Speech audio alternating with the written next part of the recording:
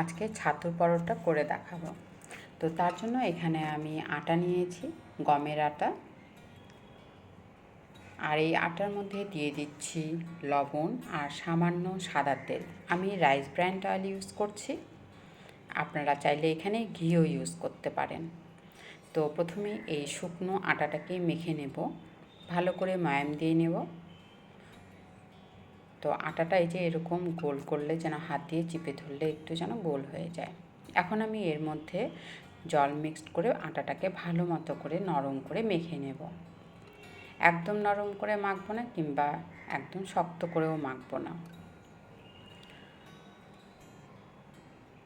সামান্য সামান্য জল দিয়ে ভালো মতো করে আটাটাকে মেখে নেব। আর বেলার জন্য শুকনো আটা নিয়ে নিচ্ছি। তো এটাকে একটু সাইড করে রেখে দিই। এখন আমি ছাতুর পুরটাকে রেডি করে নেব।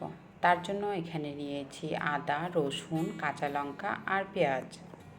তো প্রথমে এই গ্রেটারটা দিয়ে রসুন আর আদাটাকে গ্রেট করে নেব। তো এখানে বাটা দিলে হবে না, এখানে কিন্তু এইভাবেই গ্রেট করেই দিতে হবে।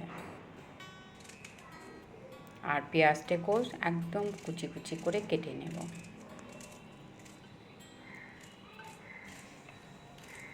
তো আমি এখানে একটা পেঁয়াজ ইউজ করছি, আপনাদের পরিমাণ বুঝে আপনারা পেঁয়াজ ইউজ করবেন, মানে ছাতু কতটুকু দেবেন কিংবা কতগুলো পরোটা বানাবেন সেই আন্দাজ মতো করে পেঁয়াজ ইউজ করবেন।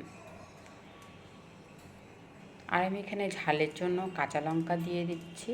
যদি কেউ কাঁচা লঙ্কা খেতে না চান তাহলে এটাকে স্কিপ করে দিয়ে গোলমরিচের গুঁড়ো ইউজ করতে পারেন। আমি এখানে ছোলার ছাতু নিয়ে নিচ্ছি, ছোলার ছাতু নিচ্ছি 2 চামচ। ছোলার ছাতু প্যাকেটেই পাওয়া যায়।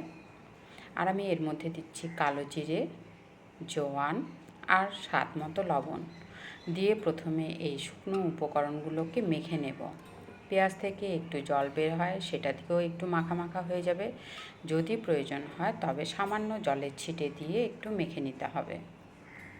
তো আমি এখানে সামান্য জলের ছিটে দিয়ে একটু মেখে নিচ্ছি, যেন গোল করলে একটু গোল হয়ে যায়।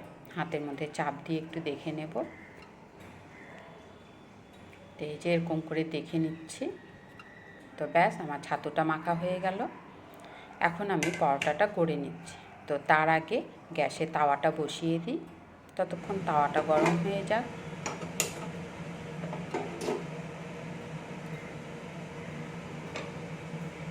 তো এবার পরোটাটা বেলে নেব।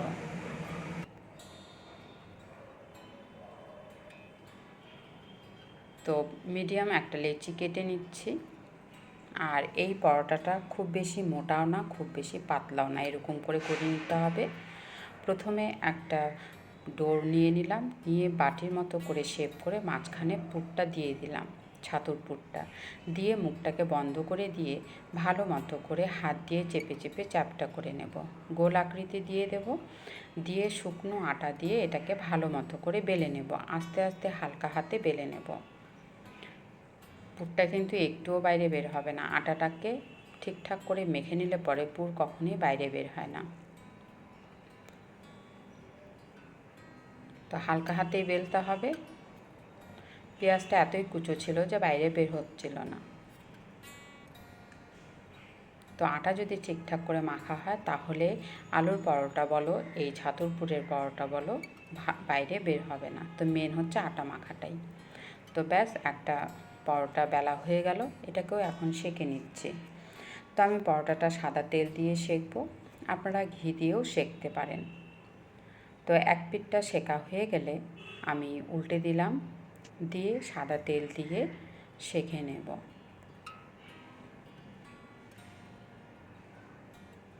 আমি এখানে রাইস ব্র্যান্ড অয়েল ইউজ করছি। ডায়াবেটিক পেশেন্টদের জন্য সকালবেলা ব্রেকফাস্টে এটা দেওয়াই যেতে পারে। হেলদিও হবে এবং ডায়াবেটিক ফ্রেন্ডলিও হবে। তো সবাই এটা অনায়াসে খেতে পারে, সাধারণ মানুষও। আমি ডায়াবেটিক পেশেন্টদের কথা স্পেশালি বললাম, কারণ ওরাও এটা খেতে পারবে। যেহেতু এটা গমের আটা রয়েছে, কোনো আমি ময়দা ইউজ করছি না। আর ছাতুও তো ভালোই, ছোলার ছাতু। তো ব্যাস, আমার পরোটাটা একটা পরোটা সেঁকা হয়ে গেল, বাকিগুলোও সেঁকে নিচ্ছি। তো একটা ওদিকে ভাজতে ভাজতে এটাও বেলে নিয়েছিলাম, এখন এটাকেও সেঁকে নিচ্ছি।